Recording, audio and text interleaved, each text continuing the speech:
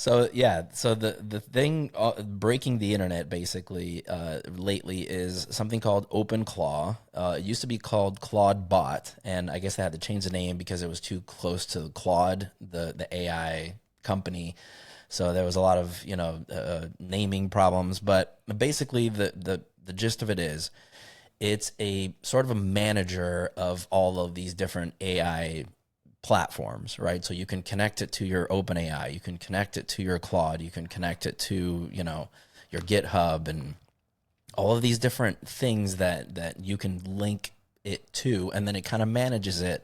It works in the background. You can give it tasks and it'll just go out and do them, connecting all of these AI platforms together. And it runs locally on your machine. So it's technically your own, like it learns on your files, your data.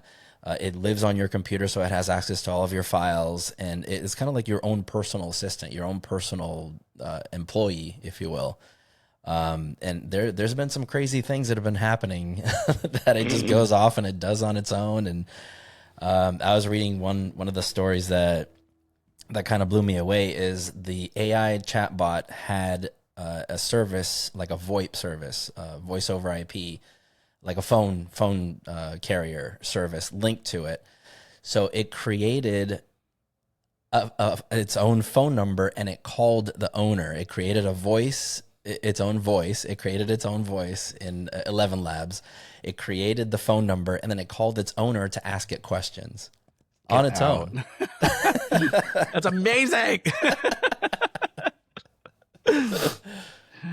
I mean, okay, so getting into OpenClaw, right? I've been trying to grasp it because I feel like everyone else has, right? It kind of popped out of nowhere in January, and people are like, "What the hell? What is this?" Before we even get into OpenClaw, I feel like we have to mention the fact that this isn't the first of its kind. No. Like there have been other versions of this kind of thing, and if I'm not mistaken, I feel like I need to, before I put my foot in my mouth, there might be newer ones that came out because OpenClaw became so popular that they sort of pushed the production into the public eye, so it looks like it came after OpenClaw.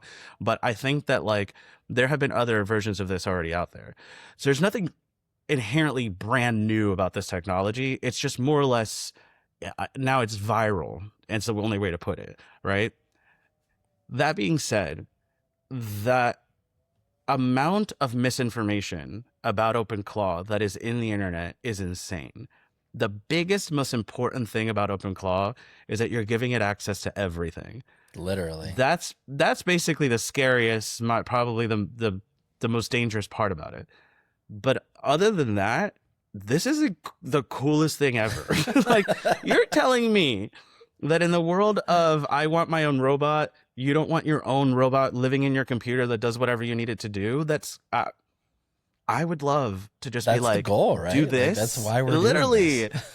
My God. And I'm like, there's a part of me that's like, don't you want to do less? Like, we live in a world where the amount of the information machine is so vast that there's so much to think and do in a daily basis. I mean, we literally complain about the fact that, like, in order to get everything done in a day, we have to wake up at 6 a.m. and go to sleep by 3 a.m. and then only have 3 hours of sleep because that's how much time it would consume your day. And I'm like, so wouldn't you want for the AI to be able to do about even a half of your work, so you can free up all of those hours to do all of the other things in your life, then have a perfect work-life balance? And then, I don't know, maybe we get to a place where we've reduced the amount of physical labor jobs to the point where we can have, I don't know, more creative jobs, and then get to a point where we're reaching utopia because AI and robots are doing most of the things that we got to do. We can just live our lives and just enjoy, just let machines do everything. But people fear that because you're giving it that much power, they're going to come alive. I'm like, computers don't have hearts and brains.